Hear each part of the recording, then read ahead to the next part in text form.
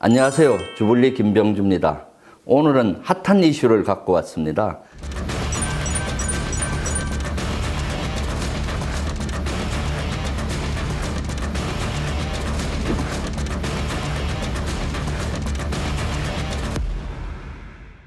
KFX 또 F-35 글로벌 호크 등 최첨단 전력들이 전력화되기가 시작을 했습니다. 그래서 많은 분들이 여기에 대해서 궁금을 하게 생각을 하고 있죠. 그래서 주불리 김병주 TV에서는 이번에 특별편으로 공군의 최고의 전문가를 모셨습니다. 최 장군님 안녕하세요. 안녕하십니까.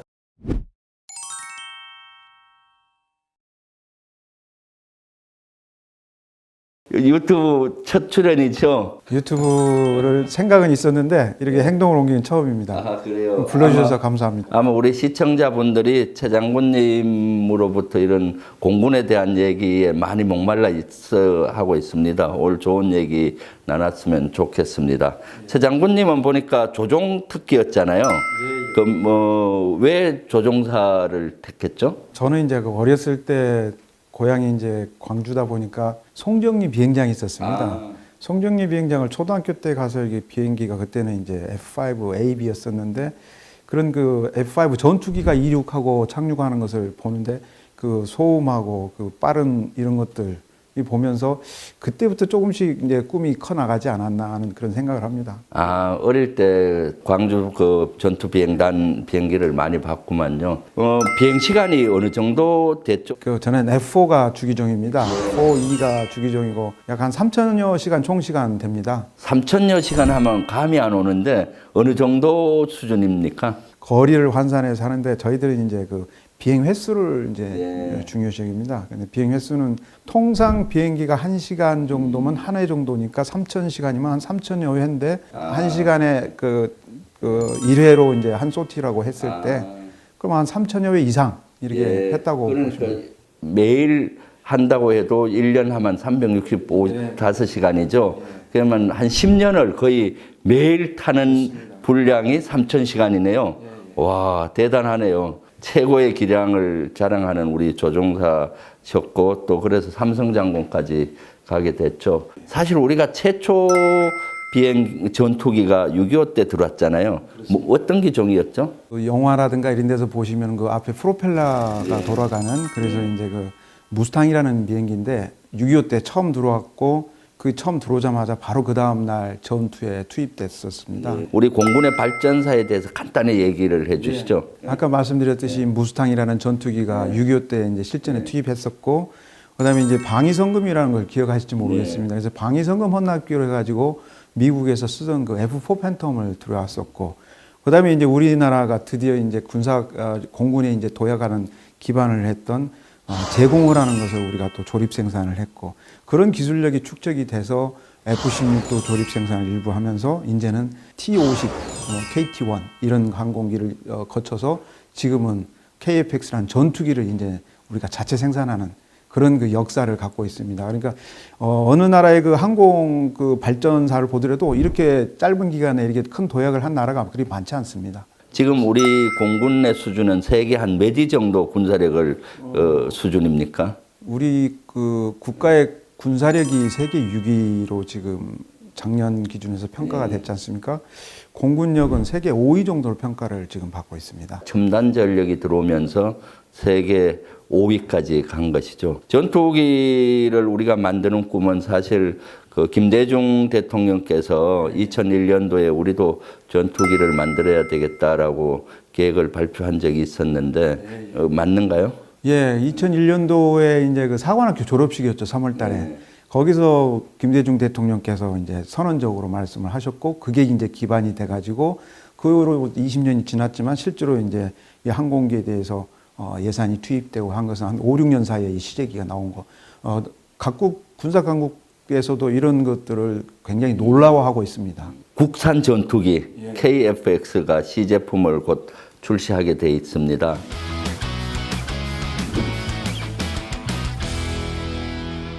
역사적인 우리나라의 첫 번째 한국형 전투기입니다. KF-X는 4.5세대 전투기로 불리는데요. 5세대 전투기는 F-22, F-35 같은 스텔스 기능이 있는 전투기입니다. 현재 시제기 1호 주요 구조물 조립이 완료된 KF-X. 재원을 자세히 살펴보면 최대 추력이 44,000파운드, 항속거리가 2,900km입니다.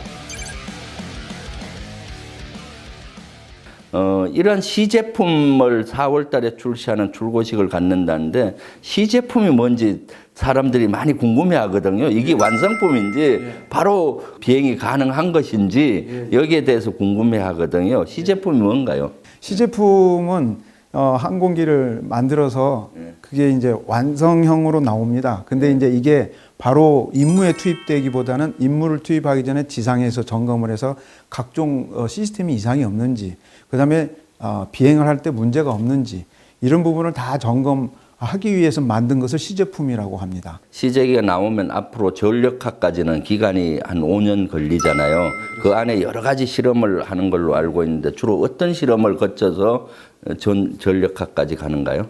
이제 항공기가 이제 나오게 되면 지상 시험을 먼저 합니다. 그래서 이제 시제기는 6대를 먼저 이제 그 생산을 해서 그 항공기로 이제 점검들을 합니다. 그래서 지상에서 각종 보기품들, 부속들이 제대로 작동하는지, 또 항공기는 워낙 정밀하고 하기 때문에 각각의 시스템뿐만이 아니고 시스템과 시스템, 그러니까 각 체계와 체계가 또 서로 간에 연계되는, 또 어떤 컴퓨터는 컴퓨터끼리 정보가 원활하게 잘 교환되는가 하는 것을 점검하는 지상 점검이 있고, 그다음에 공중에서는 또 이제 항공기가 나오려면 엔진 같은 거라든가 날개라든가 이런 부분이 제대로 또 작동이 돼야 되고, 그것을 이제 항공기 이제 통제가 할 수 있는, 제어할 수 있는 그런 컴퓨터가 제대로 제어를 할 수 있는가를 또 보는 그런 시험까지 해서 한 4, 5년을 하고 나면은 이제 26년에 그게 마무리되면은 그때부터 전력화가 본격적으로 시작이 되겠습니다.